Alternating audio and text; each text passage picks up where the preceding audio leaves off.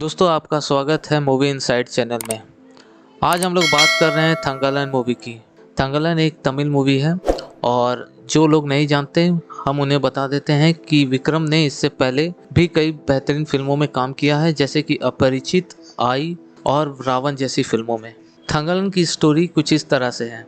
ये कहानी before independence की है, जब अंग्रेजों का राज हिंदुस्तान में चलता था। ये एक आदिवासी मूल की कहानी है, जहाँ पे एक अंग्रेज जिसका नाम क्लाइमेट था, वो सोना निकालने के लिए आता है। उस समय हिंदुस्तान इसका सबसे बड़ा गढ़ होता है। तो क्लाइमेट यहाँ पर आता है और वो चाहता है कि किसी तरह से वो सोने को निकाल सके। वो वहाँ के राजा से बात करता है और राजा कहता है कि वो ऐसा नहीं कर सकता क्योंकि ये जगह शापित है। क्लाइमेट एक समझदार इंसान था। वो समझ जाता है ये कुछ अफवाहें हैं जिसे फैलाई गई है ताकि सोने को बचा के रखा जा सके। उस पूरे इलाके में आदिवासियों का राज था। क्लाइमेट चाहता है कि किसी के थ्रू वो जाए और जाके उन आदिवासियों से बात करे। ऐसा हमें पता चलता है कि उस गांव में सभी लोगों ने अपनी जमीन को गिरवी रखा है किसी बड़े जमींदार को। अब वो जमींदार उन्हें उनके ही खेत में मजदूरी कराता है और उन्हें तिहाड़ी देता है। पर उस पूरे गांव में एक ऐसा इंसान था जिसका खेत अभी भी बचा हुआ था, जिसका नाम था थंगालन। थंगालन एक किरदार का नाम है जिसे निभाया है विक्रम ने। अब दोस्तों, अगर आप हमारे चैनल पर नए हैं तो हमारे चैनल को सब्सक्राइब करना ना भूलें। हमें सब्सक्राइब, लाइक और शेयर जरूर करें। तो वापस आते हैं थंगालन के पास। थंगालन एक बेहद समझदार आदिवासी युवक है और सिर्फ वही है जिसकी खेत को आज तक गिरवी नहीं रख पाया गया है। जमींदार ने सभी गांव वालों के खेत को गिरवी रखा है, पर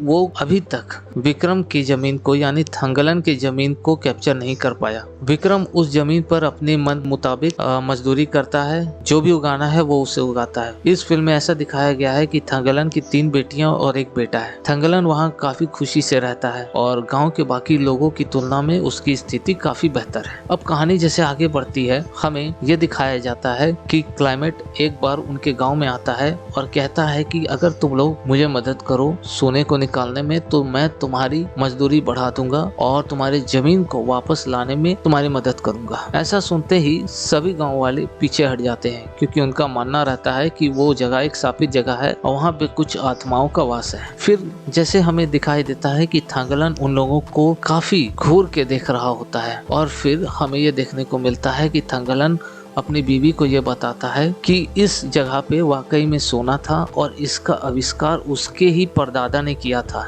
उसके पूर्वजों ने ही सबसे पहले यहाँ पर सोना ढूंढा था और ये उसके पूर्वज ही थे जिन्होंने सबको ये बताया था कि यहाँ पे वाकई में सोना है। और लेकिन इसके बाद फिर अचानक से ये जगह शापित पड़ गई और फिर वो जगह वक्त के धूल में खो गई। अब हम लोग बात करते हैं क्लाइमेट की। लेकिन जब ये बात क्लाइमेट को पता चलती है तो क्लाइमेट खोजता है कि कोई शायद उसे मदद कर दे। थंगालन अपनी बीवी को ये बताता है कि वो नहीं चाहता कि वो इस तरह से जिंदगी जिए। फिर इसके दूसरे ही दिन वो क्लाइमेट से मिलने जाता है और कहता है कि सबसे पहले उसी के पूर्वजों ने सोने को खोजा था। फिर इसके बाद क्लाइमेट मान जाता है। क्लाइमेट अपने बेटे को लेकर के और थंगालन अपने बेटे को लेकर के आगे बढ़ता है।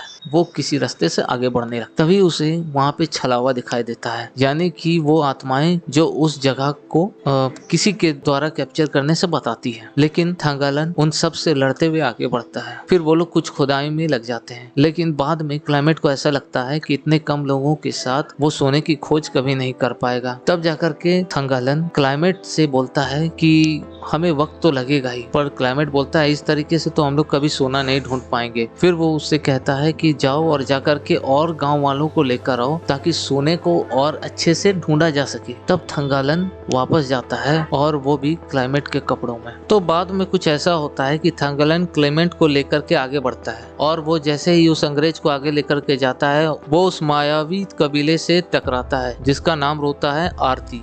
आरती से जैसे वो टकराता है उन दोनों के बीच में काफी घमासान युद्ध होता है जिसमें क्लेमेंट का बेटा मारा जाता है। इसका दुख थंगालन को भी होता है। थंगालन ये देख करके काफी अफसोस करता है कि एक भले आदमी का बेटा मारा गया। क्लेमेंट अपने बेटे को वहीं पे गाड़ देता है और उसे गाड़ने के बाद आगे बढ़ता है। फिल्म आगे बढ़ती है, हमें ये देखने को मिलता है कि कुछ लोग क्लेमेंट से नफरत करने लगे हैं। उन्हें ऐसा लगने लगा है कि ये हमें लूटने के लिए आया है, लेकिन थंगालन क्लेमेंट के साथ है और वो उन लोगों को ये बताता है कि वो एक अच्छा आदमी है।